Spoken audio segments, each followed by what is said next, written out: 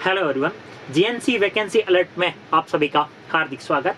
आज हम जानेंगे मिलिट्री नर्सिंग सर्विस ने जो बीएससी नर्सिंग एंट्रेंस एग्जाम का जो फॉर्म निकाला है वो किस तरीके से फिलअप होगा, क्या क्या उसका क्राइटेरिया है, कौन कौन सी बातें जो है हमें फॉर्म को भरते वक्त ध्यान रखनी है, क्या फीस होगी, क्या एज क्राइटेरिया है, क्या सिलेबस है, किस तरीके से सिलेक्शन होगा, क्या प्रोसेस है, उन सारी बातों को वन बाय वन हम आज के इस वीडियो के अंदर डिस्कस करेंगे और कोशिश करेंगे कि आपके सारे डाउट को इसी वीडियो के अंदर क्लियर कर सकें। तो स्टार्ट करते हैं मिलिट्री नर्सिंग सर्विस का बीएससी नर्सिंग एंट्रेंस एग्जाम से फॉर्म से जुड़ी हुई जानकारियां। तो देखिए यहाँ पे आपको वर्दी दिखाई दे रही होगी एमएनएस मिलिट्री नर्सिंग सर्विस की, इस तरीके की कुछ यूनिफॉर्म है। तो देख के डेडिकेशन तो आ ही रहा होगा कि हाँ श्योर एक दिन हमें भी ये मंजिल ये मुकाम पाना है।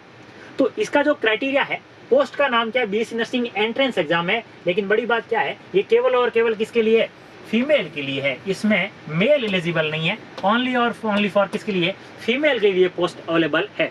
और फॉर्म का जो मोड है, वो फॉर्म का मोड कैसा रहता है, ऑनलाइन। फॉर्म भरने का तरीका ऑफलाइन नहीं है, यहाँ पे फॉर्म जो है वो ऑनलाइन भरे जाएंगे। उसके अलावा और डाटा की बात करें तो और डाटा में जो सिलेक्शन होगा इसका हर बार क्या करवाता है, एमएनएस सेल्फ एग्जाम करवाता है, खुद एग्जाम करवाता है और खुद एग्जाम करवा के और फिर सिलेक्ट करता है बीएससी नर्सिंग के लिए, एंट्रेंस के लिए खुद सिलेक्ट करता है। लेकिन इस बार इसने थोड़ा क्राइटेरिया को चेंज किया है और इसने इस बार जो सिलेक्शन का क्राइटेरिया रखा है वो नीट के द्वारा रखा है।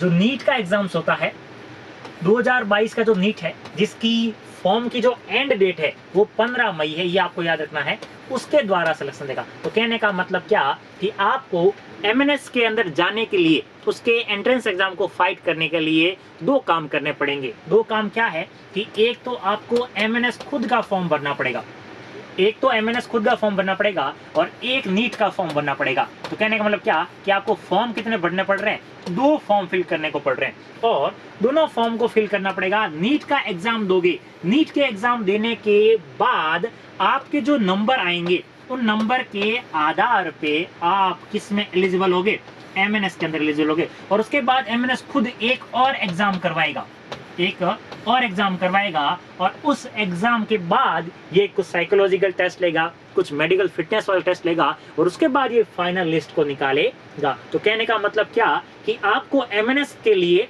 क्या करना पड़ेगा, नीट का फॉर्म भरना पड़ेगा पहले। नीट की लास्ट डेट क्या है, तो नीट की जो लास्ट डेट है वो 15 मई है, लास्ट डेट किसकी, नीट की। और एमएनएस की लास्ट डेट क्या है, फॉर्म स्टार्ट कब होंगे, वो तो मैं इस वीडियो के अंदर आगे बताऊंगा। पर सिंपल सा एक प्रोसीजर, एक शॉर्ट फॉर्म में आपको जस्ट बताना चाह रहा हूँ कि दो फॉर्म अलग अलग फॉर्म भरने पड़ेंगे आपको। एमएनएस का फॉर्म अलग भरना पड़ेगा, नीट का फॉर्म अलग भरना पड़ेगा। नीट का एग्जाम दोगे, उसमें जो नंबर आएंगे उसके बेस पे फिर आप एमएनएस के अंदर क्वालिफाई होंगे और उसके बाद एमएनएस खुद एक अपना एग्जाम लेगा और फिर फिजिकल टेस्ट करवाएगा। उसके अलावा मेडिकल टेस्ट वगैरह, साइकोलॉजिकल टेस्ट वगैरह, उन टेस्ट के आधार पर एक मेरिट डिसाइड होगी और फिर उस हिसाब से सिलेक्ट करेगा।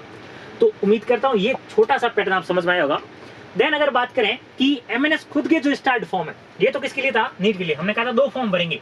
और दूसरा अगर वही बात करें एमएनएस के लिए जो एप्लीकेशन फॉर्म स्टार्ट होंगे उसकी डेट है 11 मई 2022। डेट क्या है, 11 मई से स्टार्ट होगा। और लास्ट डेट क्या है एमएनएस के फॉर्म की, तो एमएनएस के फॉर्म की जो लास्ट डेट है वो है आपकी 31 मई। कहने का मतलब क्या कि 11 मई से लेके और 31 मई तक फॉर्म भरे जाएंगे किसके, एमएनएस के। ये फॉर्म तो भरना जरूरी है, साथ साथ में फॉर्म भरने जरूर था, नीट का भरना जरूर था। उसकी लास्ट डेट क्या है, 15 मई। ये दो आंकड़े और आपको याद रखने हैं।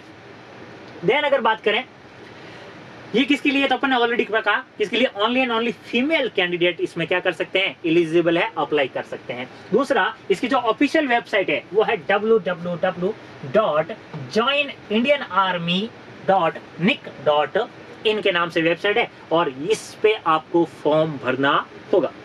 देन अगर बात करें एजुकेशन क्वालिफिकेशंस क्या क्या चाहिए, तो सबसे पहली बात कि 12th जो है आपकी पीसीबी से होनी चाहिए। पीसीबी का मतलब क्या, फिजिक्स, केमिस्ट्री और बायोलॉजी से आपका 12th होना चाहिए। ये एजुकेशन क्वालिफिकेशंस है किसके लिए, मिलिट्री नर्सिंग सर्विस के लिए। उसके अलावा और डाटा की बात करें कि एलिजिबिलिटी कंडीशंस क्या क्या रखी है मिलिट्री नर्सिंग सर्विस ने, तो कुछ कैटेगरीज रखी है इसने कहा जो फीमेल कैंडिडेट है वो क्या होनी चाहिए, अनमैरिड होनी चाहिए, शादीशुदा नहीं होनी चाहिए। और शादीशुदा अगर हो गई है तो फिर उसका क्या होना चाहिए, डिवोर्स होना चाहिए, मतलब क्या, डिवोर्स। उसके अलावा लीगली सेपरेट रहनी चाहिए, कानूनी तौर पे वो अलग होनी चाहिए। उसके अलावा विधवा जो है उसको कोर्ट के द्वारा कोई भी फायदा मिला हुआ नहीं होना चाहिए। मतलब क्या कि जब जब डिवोर्स होता है तो पति जो है उसकी जो अपन कह सकते हैं प्रॉपर्टी, उसका आधा हिस्सा मिलेगा, ये मिलेगा, ऐसा लाभ उसको नहीं मिला होना चाहिए। ये उसकी पहली कंडीशंस है मिलिट्री नर्सिंग सर्विस की फीमेल के लिए। दूसरा जो कंडीशन है वो क्या होनी चाहिए, भारतीय होनी चाहिए, सिटीजन ऑफ इंडिया रहनी चाहिए। तीसरी जो उसकी कंडीशंस है कि उस लेडी की जो डेट ऑफ बर्थ है, उसका जन्म जो है बॉर्न बिटवीन 1 अक्टूबर 1997 1 अक्टूबर 1997 से लेकर 30 सितंबर 2005 इनके बीच की डेट रहनी चाहिए। तो ये बात आपको याद रखनी है कि आपकी जो अगर डेट ऑफ बर्थ जो है वो अगर 1 अक्टूबर 1997 से लेकर या फिर 30 सितंबर 2005 के बीच में अगर आपकी डेट ऑफ बर्थ है तो आप एमएनएस के फॉर्म भरने के लिए एलिजिबल हो। उसके अलावा और पैरामीटर की बात करें कि और क्या क्या बातें ध्यान रखनी है, तो एजुकेशन क्वालिफिकेशंस के अंदर अगर बात करें तो जो कैंडिडेट है वो पहले अटेम्प्ट के अंदर पास होना चाहिए। पहली बात क्या कि उसकी अटेम्प्टिंग है, उसने जो 12th पास की है वो 12th पास फर्स्ट अटेम्प्ट में पास होना चाहिए, पहली ही कोशिश में, ऐसा नहीं कि बार बार कोशिश किया जा रहा है। उसके अलावा सीनियर सेकेंडरी जो एग्जामिनेशन मतलब कि उसने जो 12th की है और वो जो है एग्जामिनेशंस विद द फिजिक्स किस से पास किससे होना चाहिए, फिजिक्स से, केमिस्ट्री से, बायोलॉजी, और बायोलॉजी में बॉटनी और जूलॉजी, इनसे पास होना चाहिए। लेकिन साथ में एक स्पेशल पॉइंट है और वो पॉइंट क्या है कि वो जिसने इंग्लिश का एग्जाम दिया उस इंग्लिश के अंदर कम से कम क्या 50% से ज्यादा नंबर आने चाहिए, नहीं तो एलिजिबल नहीं होगा। आपको पता होगा कि नीट के अंदर तो इंग्लिश का क्वेश्चंस नहीं आते हैं, लेकिन एमएनएस के अंदर इंग्लिश के क्वेश्चंस आते हैं, और इसीलिए आपने जब 12th की है तब आपकी इंग्लिश में कम से कम English with not less than 50%, 50% से कम नंबर नहीं होने चाहिए। रेगुलर स्टूडेंट फ्रॉम द, ये आपका जिस रिकॉग्नाइज बोर्ड या यूनिवर्सिटी जो है वहां से किया तो कम से कम इतने नंबर आपके होने चाहिए, ये एक क्राइटेरिया रखा है। उसके अलावा कुछ स्टूडेंट जो अभी 12th पास किए, जस्ट अपेयरिंग है, अभी जस्ट फाइनल ईयर के अंदर क्या है, जस्ट अभी अपेयरिंग है, वो भी कुछ सिचुएशंस रहेगी उनकी, उसके अकॉर्डिंग क्या कर सकते हैं, इस फॉर्म को भर सकते हैं। लेकिन इन्होंने जो आंकड़ा सेट किया है रिजल्ट आने के बाद अगर वो आंकड़े के अकॉर्डिंग मैच नहीं खाते तो उनका फॉर्म रिजेक्ट हो जाएगा, उनका एग्जाम नहीं होगा। तो फिलहाल ये जो है एजुकेशन क्वालिफिकेशन है। उसके अलावा फर्दर बात करें तो जो नीट का है, नीट का जो एग्जाम होगा 22 का, उसका 22 के अंदर जो स्कोरिंग सिस्टम है, तो candidate seeking admission for the BSc nursing course के लिए जो एडमिशन लेने आएंगे उनका जो एएफएम एमसी इंस्टीट्यूशंस है वो क्या करेगा, मैंडेटरी क्वालिफाई करना चाहिए। वो क्या देखेगा कि जो नीट के अंदर इस बंदे ने क्या क्वालिफिकेशन है, उसके एग्जाम्स के अंदर नंबर कितना है, उस बेस पे ये जो टेस्ट लेती है एजेंसी, इसके बेस पे ये क्या करेगा, नीट में एमएनएस के लिए एलिजिबल करवाएगा। देन अगर बात करें तो उसके बाद क्या करेगा, ये नीट के कोर्स देखने के बाद उसमें नंबर कितना है, नंबर के बाद फिर फिजिकल स्टैंडर्ड के रूप में क्या देगा, medical fitness with determine, medical fitness क्या की जाएगी, आपकी डिटरमाइन की जाएगी इनके द्वारा। और उसके बाद और क्या चेक किया जाएगा, तो उसके बाद अपन कह सकते हैं कि सिलेक्शंस का जो प्रोसेस है उसमें क्या कि जो नीट के अंदर जो नंबर है उन नंबर से शॉर्ट लिस्ट किया जाएगा कैंडिडेट को, और जो शॉर्ट लिस्ट कैंडिडेट है उनको मेरिट के आधार पे, टेस्ट की मेरिट, नीट में जो स्कोर मिला है उसकी मेरिट के आधार पे, उसके बाद इनको एक टेस्ट के लिए बुलाया जाएगा, और उस टेस्ट को हम बोलेंगे objective computer based test, CBT exam के लिए बुलाया जाएगा। और सीबीटी एग्जाम का जो सिलेबस रहेगा उसमें क्या रहेगा, general intelligence and general English, कितने नंबर का, 80 मार्क्स का और टेस्ट रहेगा। तो कहने का मतलब क्या कि सबसे पहले आपने नीट का एग्जाम दिया, नीट का एग्जाम देने के बाद जिस तरीके से आपके नंबर आए है ना, तो उस हिसाब से इन्होंने एक कैंडिडेट की शॉर्ट लिस्ट बनाई और उस शॉर्ट लिस्ट को बुलाया किसके लिए, सीबीटी के लिए। एग्जाम करवा रहा है एमएनएस, खुद एग्जाम करवा रहा है, और इसमें इसका सिलेबस क्या रख रहा है, एक तो वो रख रहा है जनरल इंटेलिजेंस, दूसरा जनरल इंग्लिश, कितने नंबर का है, तो 80 मार्क्स का जो है वो सीबीटी रखेगा। उसके सीबीटी के बाद इसमें जो नंबर आएंगे प्लस वो, और उसके अलावा क्या करेगा, एक subjected to psychological assessment test लेगा। एक वो, उसके अलावा और क्या करेगा, इंटरव्यू लेगा, उसके अलावा मेडिकल एग्जामिनेशंस कराएगा और इन सारी बातों के बेस पे फाइनल सिलेक्शंस करेगा। तो कहने का मतलब क्या, ये जो फाइनल सिलेक्शन है वो किस पे बेस्ड है, based on combined merit of NEET के स्कोर के ऊपर, उसके अलावा सीबीटी के स्कोर के ऊपर, उसके अलावा इंटरव्यू के ऊपर, उसके अलावा जो सब्जेक्ट टू मेडिकल फिटनेस है, इन सारों के आधार पे एक फाइनल मेरिट लिस्ट तैयार करेगा और उसके आधार पे फिर वो फाइनली सिलेक्ट करेगा।